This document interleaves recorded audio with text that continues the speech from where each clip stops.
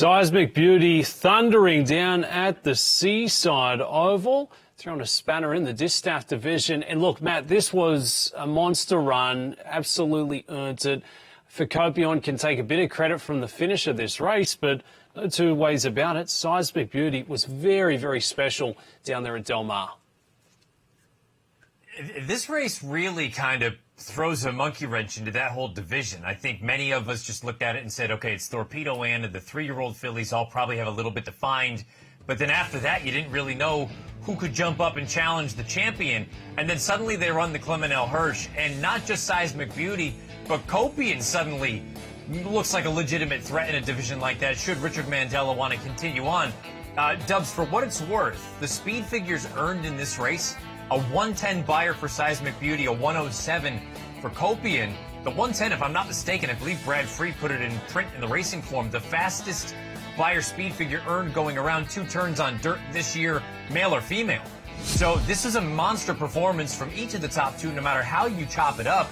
And now suddenly, if you're a Torpedo Ann and company, maybe the distaff isn't any easier than the Classic should you get to the Breeders' Cup. Juan Hernandez was your winning pilot aboard for trainer Bob Baffert. And for more with the winning conditioner, let's take a look. Well, Bob, 3 in a row for Seismic Beauty. I know they went 46-3 for the half mile, but were you surprised that she was able to get an easy lead that way? Well, that wasn't an easy lead. If she was rolling, they were rolling. They were going pretty fast. I knew the 2 was going to, went pretty, was going to show a lot of speed. So, I just told those riders to ride their own race, and it was like, it was a good race. I'm glad it's over with. Has 2 turns been all the difference with this particular filly here?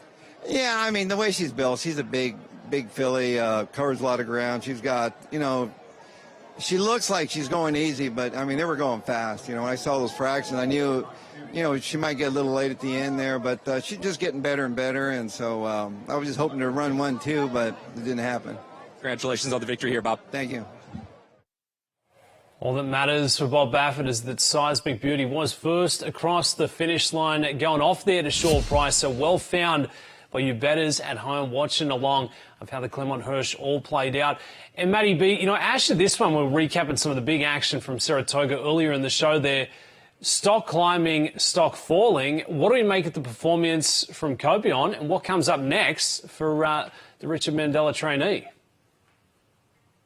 I think this is a nice way to bounce back from that. I don't even think it was a dull effort, but the loss in the Great Lady M at Los Alamitos. You and I together last week, I mentioned kind of what happens at Los Al stays at Los Al. I didn't want to hold that against her. And her prior races this year kind of showed the sort of ability that she has. My question was she going to be as good going 2 turns as she is at 1 turn? And she answered that question, I think, fairly reasonably. This is a race on par with what she's done at her best going around 1 turn. So now if you're Richard Mandella and company, you can look at it 1 of 2 ways and say, look, 9 furlongs, it doesn't seem like that'll be an issue for her. That race was at 8.5 that we just watched. More importantly, there's probably going to be somebody else in the distaff to keep a horse like Seismic Beauty honest early on, and maybe that helps accentuate that late kick if you're Kopion.